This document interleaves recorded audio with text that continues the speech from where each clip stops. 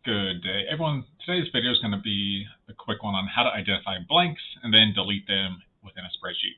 Data set you see in front of you is from a school survey that we did in LRSD back in 2020, 2021, asking some COVID questions to parents, also perceptions of violence. One of the cool parts that we were interested in is understanding where they're located, so we asked for the closest intersection to where they live. With that, though, there's always the chance that there's an incomplete intersection. Some people don't fill it in, so we don't have a full report to it. So what we're going to start with is removing people that did not put at least something in that field. So if I scroll over and it's column N, you can see here, for example, we have some that do have the intersections, Mississippi and Cantrell.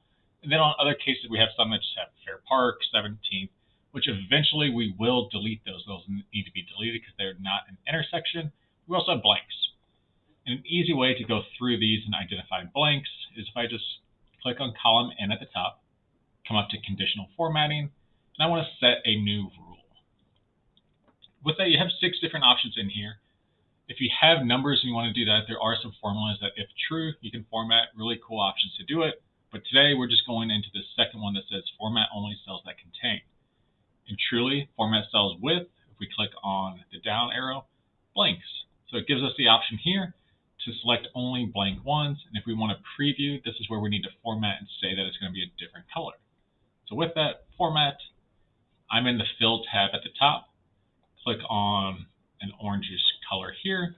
Click OK. Click OK. And it's going to go through. And now visually, it's very easy for me to spot those and easily delete them as needed. With that, well, you might think, well, that's still going to take some time because there's about 1,200 responses. But if I now click on M and scroll to the left, I'm just going to go ahead and right-click after that, click Hide, and now you can see where they're kind of at and all grouped together towards the front.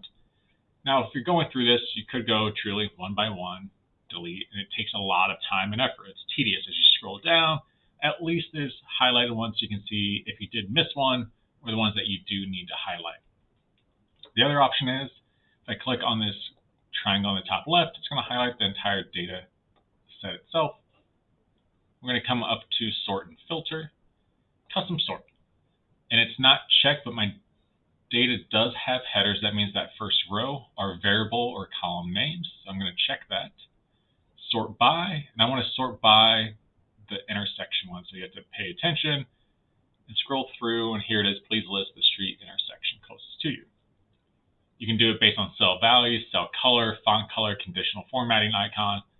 For our purposes, the value is fine itself because they are blank. You can get into these, and that's another video, but cell value is fine. And keep in mind, when we do this, there are numbers in here. So the ones at the beginning are truly just 12th Street, 28th Street, I-630, which I don't know if they have actual addresses on. That's a zip code. But then you have a whole block of ones that were blank. So if you needed to delete these, you can still select row 10, hold down Shift, or just scroll down, then hit Shift, select 207 here. And you can see all of these are selected in between. In this block, if I were to right-click now and click Delete, we now have removed all of those blank ones.